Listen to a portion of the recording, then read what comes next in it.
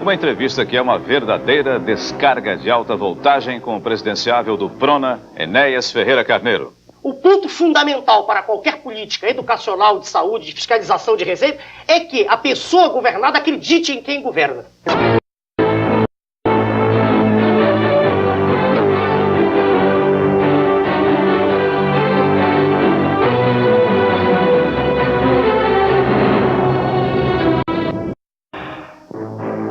Pois é, 34 candidaturas já foram apresentadas ao TSE à presidência da República. 34, meu amigo, não confunda.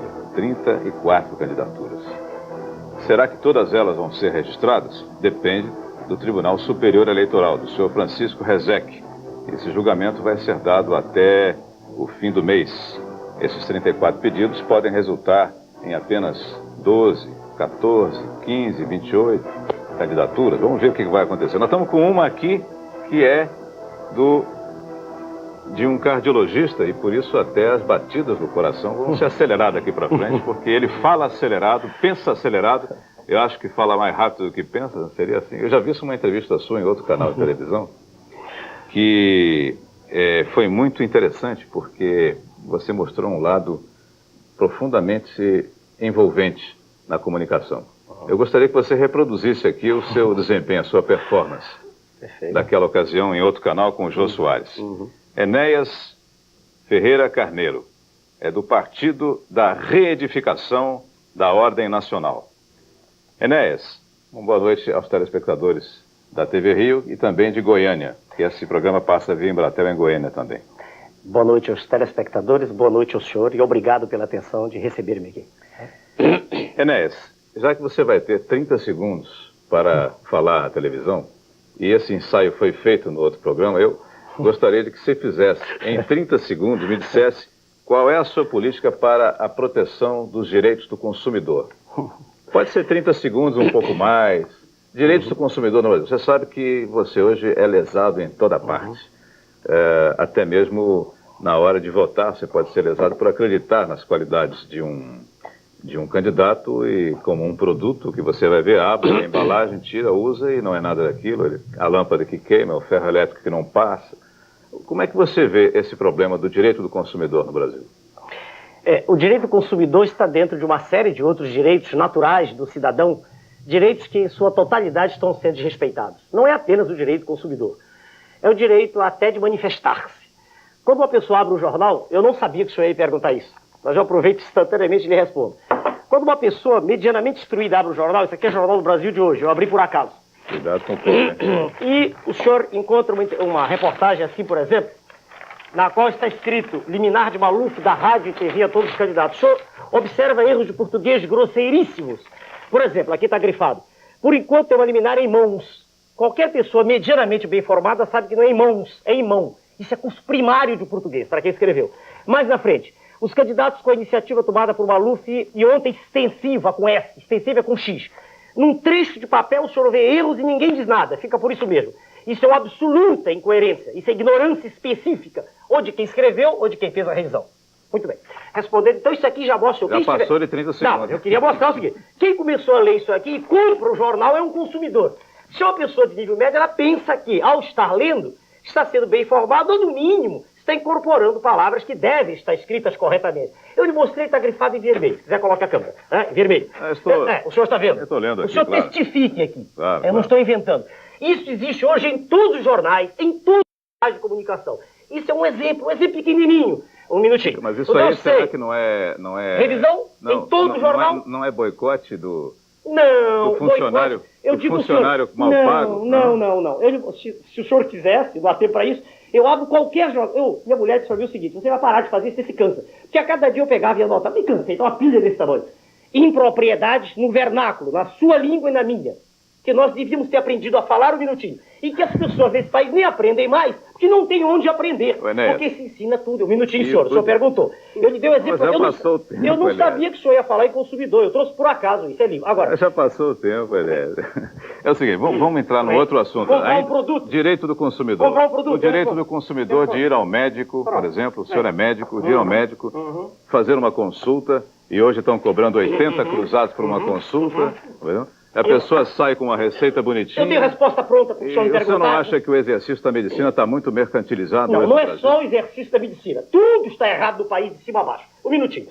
Quando o médico cobra, não é nenhuma forma de controle. Olha, o minutinho é minutinho, hein? É minutão. Não, mas quando eu for falar meio minuto, não é com alguém me fazendo perguntas como o senhor. Eu direi o que eu quero dizer sobre qualquer assunto. Eu terei liberdade de expressão em cadeia nacional de rádio. Não estarei sendo controlado por perguntas que o senhor faz. 30 segundos. Se joguei a marca de 2. Cada segundo seu vale 1 hora. Muito obrigado. É o senhor que está dizendo. Vai falar sobre o consumidor. Não é só o médico.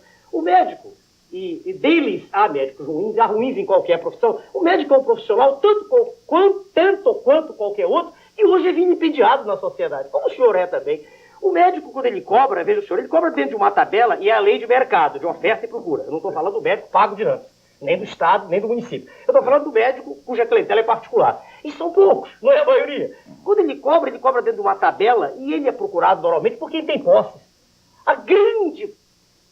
O grande contingente da população não procura médico particular, vai o INAMP. Então, se nós quisermos fiscalizar o médico, temos que fiscalizar todas as classes, não é só o médico. Por que esse ataque ao médico? Quando o senhor perguntou sobre o direito do consumidor, deixa eu aproveitar a oportunidade, quando o senhor está vendo o jornal.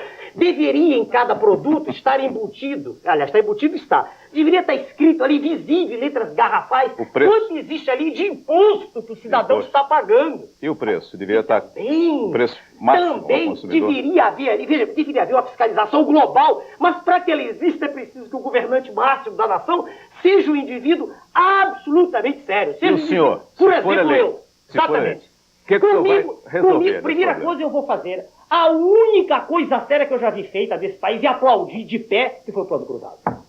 Eu fui entusiasta daquilo. Você entrou nesse plano? Não, entrei por honestidade que acreditei nele. De gaiato? Gaiato é um cidadão que acredita nas coisas. Gaiato é a pessoa que acredita nas leis desse país e que ao cumprir a lei se vê ridicularizado. Senhor Império, aquilo foi uma lei. Claro. Então Gaiato é quem cumpre a lei. Diante do plano cruzado, eu tive na ocasião uma sensação, meu Deus, eu digo, nós estamos vendo o país emergir. E eu aplaudi, e na atividade minha particular, eu congelei tudo. E se não deu certo, eu digo ao senhor, é por falta de pulso do governante. E quando eu digo governante, não é Sua Excelência o Presidente da República, é todo o conjunto que administra o país. Enéas, diga, senhor. O senhor é professor de cardiologia pela Universidade Federal do Rio de Janeiro. O título é lá. Diplomado em Física. Pela UERJ. Pela UERJ. E nunca foi político. Nunca fui político. Eu tenho repugnância sempre tive, porque eu não gosto... Então como é que você conseguiu entrar aqui? Mas eu criei um partido eu mesmo. Esse programa é um programa político. Eu criei eu mesmo. Esse programa é um programa político. Senhor, eu vou lhe explicar. Eminentemente, não é show de variedade, não. Eu vou explicar ao senhor já. É um programa político. Eu vou explicar ao senhor já, um minutinho. Para entrar em qualquer coisa, há que seguir a regra da coisa. Se fosse possível fazer concurso a presidente da República, eu me candidataria. Mas não é.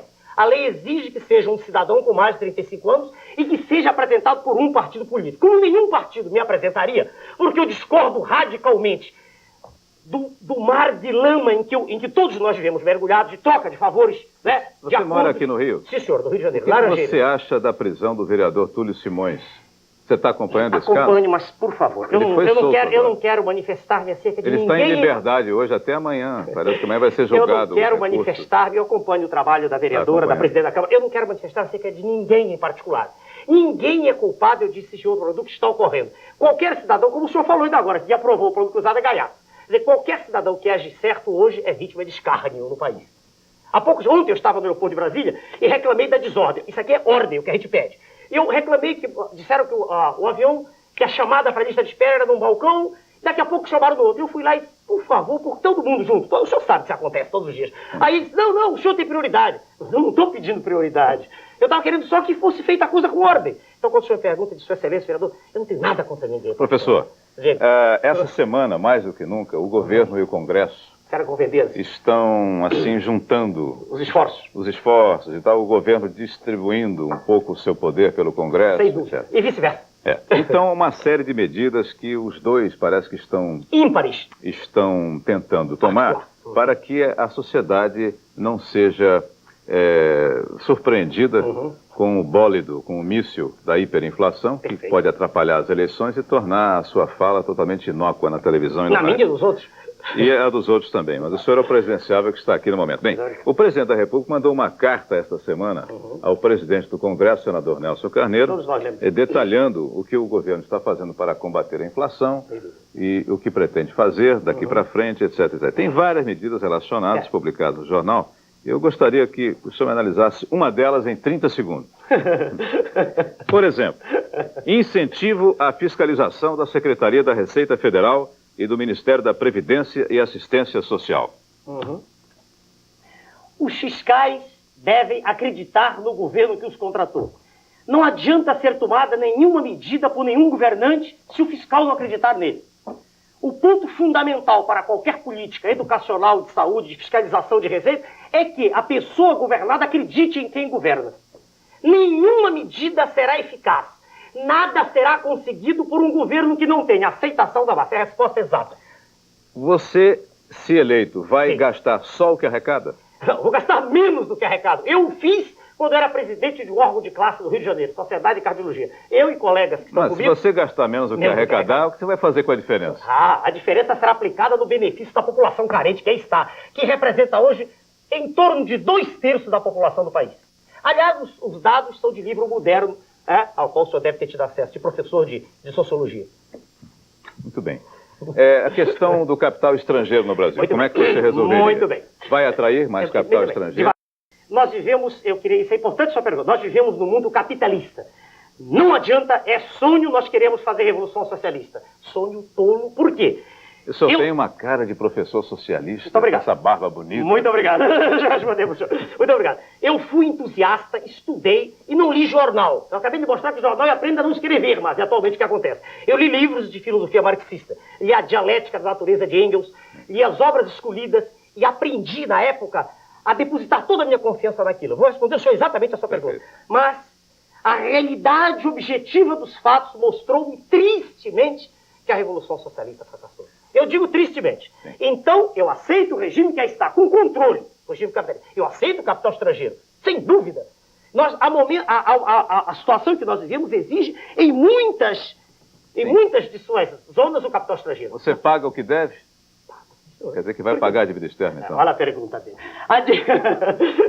O senhor é muito inteligente, realmente. Veja bem, a dívida externa, como qualquer outra dívida, em princípio tem que ser paga. A pergunta não é essa, desculpe, é um ângulo sobre o qual tem que ser visto. Sim. Uma dívida de mais, atualmente, 112 bilhões de dólares, sim, precisaria, veja o senhor... Paga ou se administra?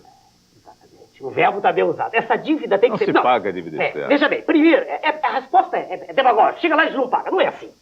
Quem diz isso, senhor, desculpe, ignora o fato internacional. A dívida externa não se paga, ela se administra. Sim, sim. O Brasil tem dívida. Isso é uma verdade. Todos estão dizendo. Não é novidade.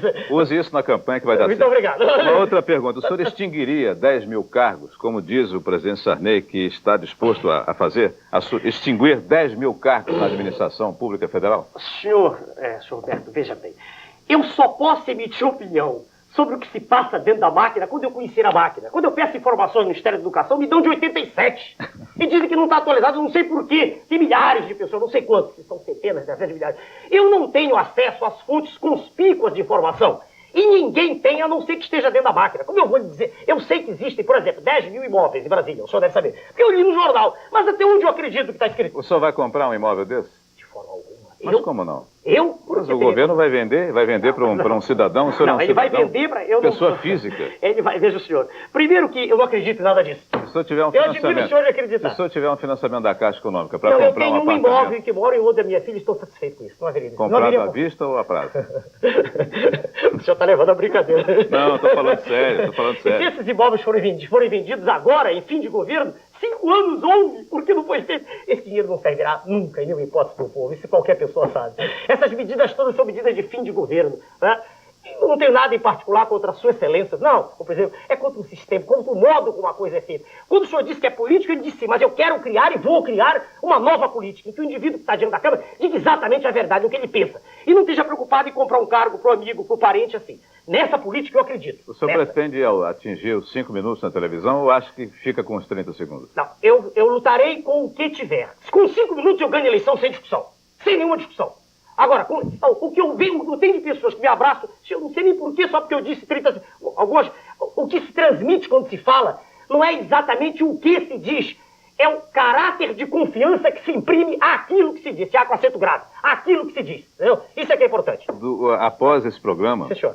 A partir de amanhã, segunda-feira, Sim, senhor.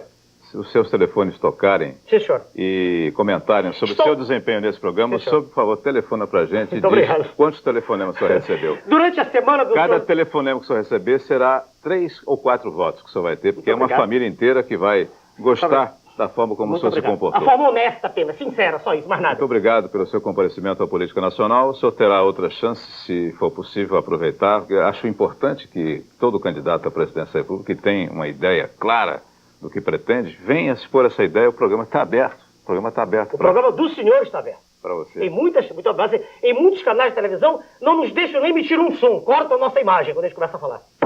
Mas muito obrigado ao senhor. Nós não vamos cortar a sua, não. Muito obrigado. Mas vamos até o próximo bloco do Política Nacional e esperamos que você tenha gostado dessa descarga elétrica que passou por aqui durante 10 ou 15 minutos, chamado Enéas Ferreira Carneiro, candidato à presidência da República pelo Partido da Reedificação da Ordem Nacional. Prona. Prona.